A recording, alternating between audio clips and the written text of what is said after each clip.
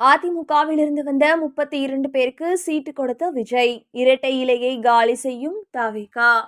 2026 சட்டமன்ற தேர்தலுக்கான வேட்பாளர் பட்டியலை நேற்று தவிக விஜய் வெளியிட்டார். இதில் அதிமுக மாஜி நிர்வாகிகள் பலருக்கு வாய்ப்பு வழங்கப்பட உள்ளது கவனம் பெற்றுள்ளது. திமுக, அதிமுக என இருதுருவ அரசியலில் சிக்கி கிடக்கும் தமிழகத்தில் மூன்றாவது ஆட்டம் ஆட தயாராகிவிட்டது தமிழக வெற்றி கழகம். இதில் ஹைலைட்டே மற்ற கட்சிகளிலிருந்து தவிக பக்கம் தாவியிருக்கும் சீனியர் முகங்கள்தான். நேற்று தவிக வேட்பாளர்கள் லிஸ்ட் வெளியானது. பெரம்பூர் மற்றும் திருச்சி கிழக்கு தொகுதியில் விஜய் போட்டியிடுகிறார்.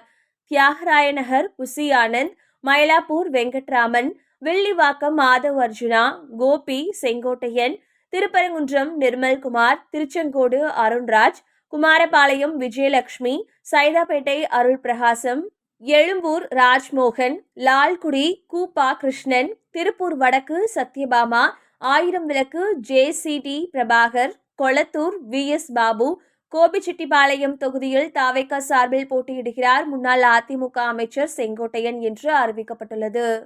இப்படிப்பட்ட நிலையில் அரசியல் களத்தில் கணக்கு தீயாய் பரவி வருகிறது. 234 வேட்பாளர்களில் 32 பேர் அதிமுகவிலிருந்தும், 9 பேர் திமுகவிலிருந்தும், 21 பேர் பிற கட்சிகளிலிருந்தும் வந்தவர்கள் என்பதுதான் அந்த பிரேக்கப். இது அதிகாரப்பூர்வ புள்ளி விவரம் இல்லை என்றாலும் கள நிலவரம் இதற்கு நெருக்கமாகவே இருக்கிறது என்கிறார்கள் விவரம் அறிந்தவர்கள். அதிமுகவின் கோட்டையான கொங்கு மண்டலத்தில் விஜயின் தவிக செம ஸ்கோர் செய்திருக்கிறது. கே.ஏ. செங்கோட்டையன் 9 முறை எம்எல்ஏ, முன்னாள் அமைச்சர் என அதிமுகவின் பில்லராக இருந்தவர். இப்போது தவிகவின் உயர்மட்ட குழு ஒருங்கிணைப்பாளர். தனது சொந்த ஊரான கோபிச்செட்டிப்பாளையம் தொகுதியிலேயே தவிக சார்பில் களம் காண்கிறார். சிடிஆர் நிர்மல்குமார் அதிமுகவின் ஐடி விங் முகமாக இருந்தவர். இப்போது விஜயின் தளபதியாக திருப்பரங்குன்றத்தில் மோதுகிறார். ஜேசிடி பிரபாகர் அதிமுகவின் மூத்த தலைவர். இப்போது தவிக சார்பில் ஆயிரம் விளக்கு தொகுதியில் போட்டி.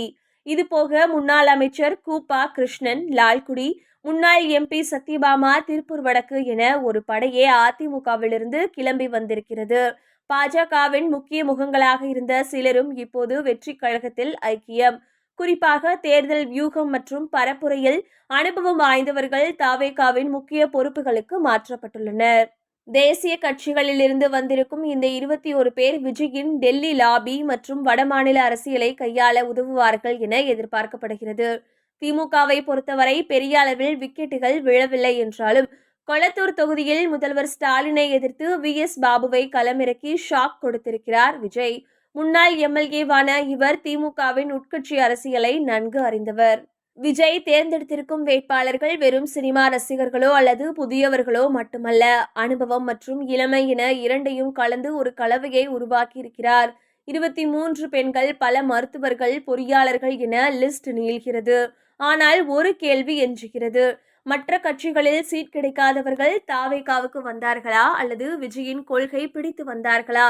இதற்கு பதில் சொல்ல போவது வரும் ஏப்ரல் 23ஆம் தேதி வாக்காளர்கள்தான்.